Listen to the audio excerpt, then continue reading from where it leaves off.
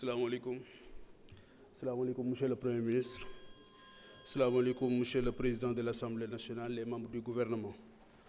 Monsieur le Premier ministre, am na ñu ko wax léegi ci ndaw ñi foofu lay dellu siwaat ndax jàpp naa ne sa gouvernement dafa mel ni santatuñ ko création d'emplois mais préservation des emplois trouvés sur place lañ ko sant loolu nag yaakaar naa ne xaaruñu ko woon ci gouvernement bi licenciement yi li ci ministre bi wax léegi waroon na lool ak ñi ñu licencier li ñu wax na sax ba tudd loi waaye loolu loi ak ñi saytu loi ñoom ñoo ko war a wax il faut que la justice se prononce sur ces cas de licenciement abusif ci port ci aéroport ci CDC ak yeneen këru liggéeyukaay yoo xamante ni jàpp nañ ne kumba am ndey ak kumba amul ndey moom moo nekk foofu te dañ cee gis ñàkk yërmande goo xamante ni gu bari doole la dàq bi nag dafa egg sax ci ñoo xamante ni jàpp naa ne kenn waru leen a dàq mooy les policiers ñooñu nga xamante ni dañu wax ne seeni contrat moom moo jeex ki sol tenue nationale bëccëgal réew mi guddil réew mi kooku motif économique warul tax nga ne da nga koy bàyyi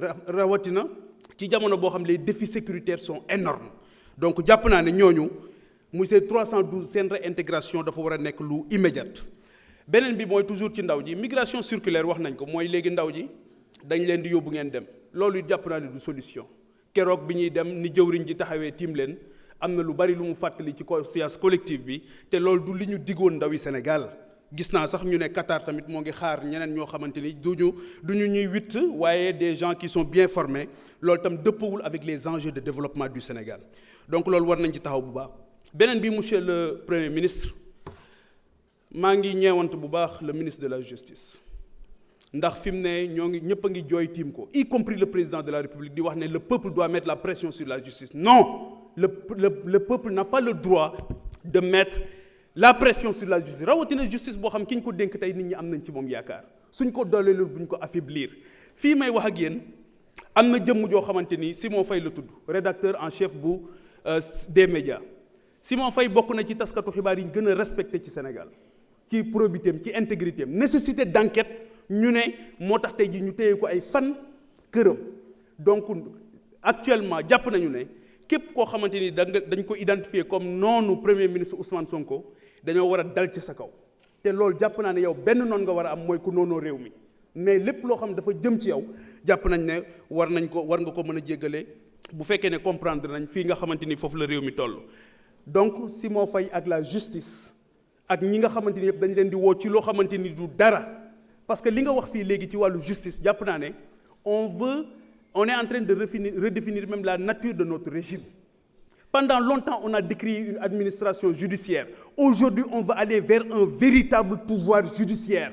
Loolu lañ doon xeex et pour man ce pouvoir là dañ ko war a gën a conforter war ko gën a liggéey bu baax c'est pas un pouvoir des juges loolu tamit gars yi nga xamante ni souvent ñoom ñooy nekk complètement à côté de la plaque ñoom ñoo koy nekk di wax donc loolu la ñu jàpp ne dafa nekk ay problématique yoo xamante ni war nañ ci taxaw bu baax a baax daal di dimbali li nga xamante ni moom mooy encore une fois ndaw ñi dooleel leen dimbali leen parce que tey jii Sénégal on parle de déguerpissement des jeunes yi nekk ci marché yi mais c'est la première fois dans l'histoire du pays où on parle de déguerpissement te kenn déggul ñu wax recasement il faut qu'on parle de recasement bu ñuy déguerpir beneen bi mooy la problématique des marchés benn borom xam-xam day wax ne boo demee ci dëkk boo bëggee xam ni waa dëkk ba mel njëkkeel ci marché bi nu marché bi mel moom la dëkk bi mel te sunu marché yëpp tey ku ci am ndomba tànk dootoo dem ci marché yi dootoo fa nduggee dootoo fa lijjanti parce que xam nga ne marché yi nekkul aux normes donc il faut qu'on travaille sur un vaste programme de réhabilitation des marchés jàpp naa ne loolu tamit dafa nekk farata ci fi nga xamante ni foofu la Sénégal toll. Monsieur le Premier ministre damay revenir ci beneen problématique boo xamante ni c'est la presse sénégalaise. Excusez-moi, mais justice bi doy na, c'est bon. damay revenir sur la problématique de la presse. La presse honorable question la ci benn thématique bu noo xaabaabal ci thématique yu bëri donc restel ci justice bi sinon mën nga dem toog. La presse se sent persécutée aujourd'hui.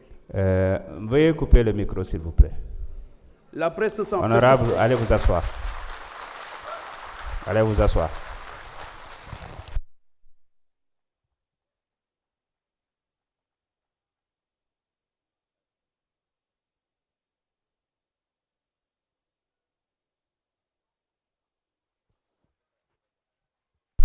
Merci beaucoup. Monsieur le Premier ministre, vous avez la parole.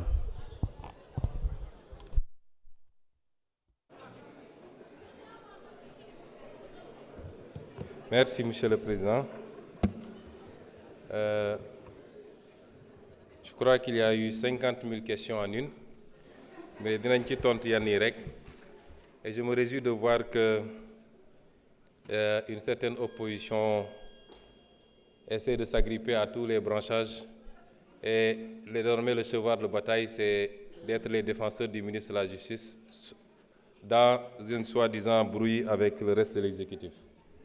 defe naa mun ngeen ut yeneen moyen d'opposition, c'est mieux. wax nga ci mbirum licenciement yi, je crois que su dee da ngeen tudd licenciement politique rek yéen a ko wax licenciement politique, ça veut dire que recrutement politique amoon na. Pour recrutement politique am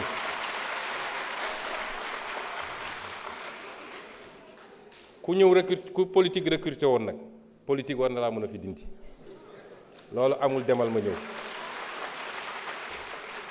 Mais il se trouve que ce n'est même pas ça. Le problème, ministre Birame Souleye Diop wax na ko léegi. On vous a donné des arguments techniques. Répondez par rapport à des arguments techniques. Nee nga justice, il faut me prononcer. Kan moo tere justice prononcé wu? Les gens sont libres d'aller en justice pour dire que d'accord moi ci sama licenciement. Et la justice se prononcera. C'est pas un débat, jarul ñëw fi assemblée. Boobu vraiment c'est hors sujet. Ensuite, s'il vous plaît, vous parlez de justice. Vous savez, wax naa léegi, je ne sais pas dans ce que j'ai défini. Nga xam ne lépp ci constitution laa ko jëlee. Lan mooy le changer régime bi? Est-ce que yow xam nga régime Sénégal kon? Est-ce que vous pouvez me dire, la constitution dit que c'est ça. Je rappelle que c'est ça, vous dites qu'on change le régime. Quand la constitution existante change de régime. C'est-à-dire, il faut arrêter d'être aérien.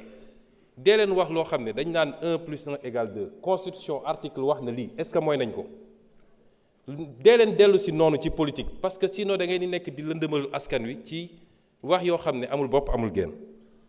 La justice, elle doit être rendue. La justice a été discréditée depuis plusieurs années. Loolu du lu ñuy nëbb lu Sénégal yëpp d'accord la. La majorité des acteurs de la justice d'accord nañ ci. Magistrats, avocats, greffiers, ñëpp d'accord nañu y a un problème. Kon loolu lu ñuy waxati te ñi yàq justice nitu justice loxoom mi ngi ci lenn ci nitu justice yi du ñëpp parce que gis nañ li fi xew ak comment on a instrumentalisé des magistrats ba ñëpp ñaawlu ko loolu am na fi et cette justice là il faut l'aider à se redresser parce que erreur bi sénégalais yi warul def mooy jàpp ni dès lors qu'on a élu le président Bassirou Diomaye Faye le 24 mars mbir mi changé na déedéet y a la volonté de changer la conduite du changement et les résultats yi ñu war a am l'État c'est le même État qui est là les mêmes agents hauts fonctionnaires magistrats etc. loolu c'est pas parce que changé nga président rek que loolu changé na de liggéey la boo xam ne au jour le jour lañ koy def. Ce qu'on appelle l'état profond, il est encore là, avec ses habitudes. te liggéey la boo xam ne du liggéey bu yomb mais la justice am na erreur bi nit ñi di def le peuple a le droit de dire que j'attends c'est le service public de la justice. Pourquoi on peut mettre la pression sur le président, sur le Premier ministre, sur l'Assemblée et le peuple au nom duquel la justice est rendue n'a pas le droit de dire mais j'ai un problème ci sama justice nu muy doxee. Au nom de quoi? On dit le temps de la justice n'est pas le temps des hommes. Le temps de la justice est le temps des hommes parce que la justice est rendue au nom des hommes. Et en matière de justice, il y a un principe qui est important, la célérité. La justice doit être rendue avec célérité. Ça, c'est un principe fondamental du droit. Mën nañ ci poursuivre sax des magistrats lorsque par leur négligence dossiers yi dafa nekk ba peut-être sax génn ci dugg ci délai de prescription yi. On peut poursuivre disciplinairement des magistrats tey bi ñu jóg ñëwee gars yi def inventaire laaj leen dans les trucs dans les cabinets d'instruction ñaata dossiers lañ fa fekk des milliers de dossiers qui dorment là-bas depuis longtemps. On peut trouver des justifications peut-être amuñu suffisamment d'effectifs peut-être les conditions de travail. Mais en tout état de cause, la justice doit être rendue avec célérité parce que le citoyen doit pouvoir connaître son sort rapidement et la société doit pouvoir être édifiée sur le sort du citoyen. Est-ce que yoon la ñu ne nit jàpp nañ ko pour une banalité mu def 10 ans ñu ne mi ngi instruction? Est-ce que vous voudriez être dans cette situation vous? Kon yéen opposition da ngeen di ut fu ngeen di langaamu da ngeen amatul argument nee nga que actuellement dañuy dal ci kaw nit ñi gis nga la liberté d'expression constitution moo consacré la liberté d'expression. Est-ce que xam nga ban article moo ko wax ci constitution bi ak lan la wax?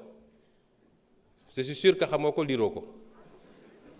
L'article 10 de la constitution dafa ne chacun a le droit d'exprimer et de diffuser librement ses opinions par la parole, la plume, l'image, la marche pacifique, pourvu que l'exercice de ces droits ne porte atteinte ni à l'honneur, ni à la considération d'autrui, ni à l'ordre public. Ni à l'honneur. Parce que ce qui se passe actuellement, cette opposition-là, nga xam ne ñemewuñu parce que xamante nañu ñoom ñooy dem jël ay xale yoo xam ne koo ci laaj mu ne la aw ma certificat yónni leen ci télé ne leen dem leen saaga ji pour attenter à l'honneur des gens, pour attenter à la dignité des gens, à la considération d'autrui et à l'ordre public. Et vous croyez que ça nañ ko bàyyi muy dox au nom de la liberté?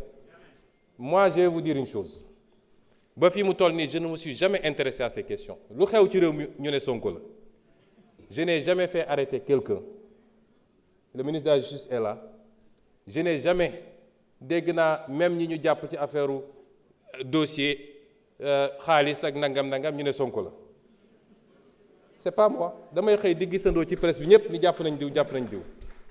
Mais sur ces questions-là, je vous dis qu'à partir d'aujourd'hui, j'assume. Parce que man lu ma dugg rek ngeen xam ne dugg naa. À partir s'il vous plaît. Parce que ce pays duñ ko seetaan te gis nga ñi ngeen di sacrifier wujaaw yi ngeen di yónni ñuy dem di saaga ñoom seen cas nañ ko régler rapidement mu des nag xanaa yéen opposants yi ponkal opposants yi nekk seen kër yor seeni milliards di joxe di fay ay loyer pour nit ñi saagal leen xanaa dañu génn ñeme léegi bis bu ñu effacer ñoo ñëpp ils prendront leur courage pour sortir et on les attend parce que nag yéen a ngi woo ci terrain bu ñu xam ñun terrain bu ñu mën ñoo ngi leen ciy xaar. Ensuite, vous citez le cas d'un journaliste. Des journalistes qui reprennent soi-disant des articles. Est-ce que vous savez ce que la loi a dit? Vous êtes journaliste. Le responsable principal, c'est le rédacteur en chef ou le directeur de publication? C'est lui le premier responsable. Tu prends un article, tu dis, policiers ñu bëgg a génne dañ leen fii génne dama joxe benn misaal dañ leen fii génne parce que on veut aller prendre des rebelles du FDC remplacer leen ko ngeen ne loolu dañ ko bàyyi mu jàll. Merci beaucoup.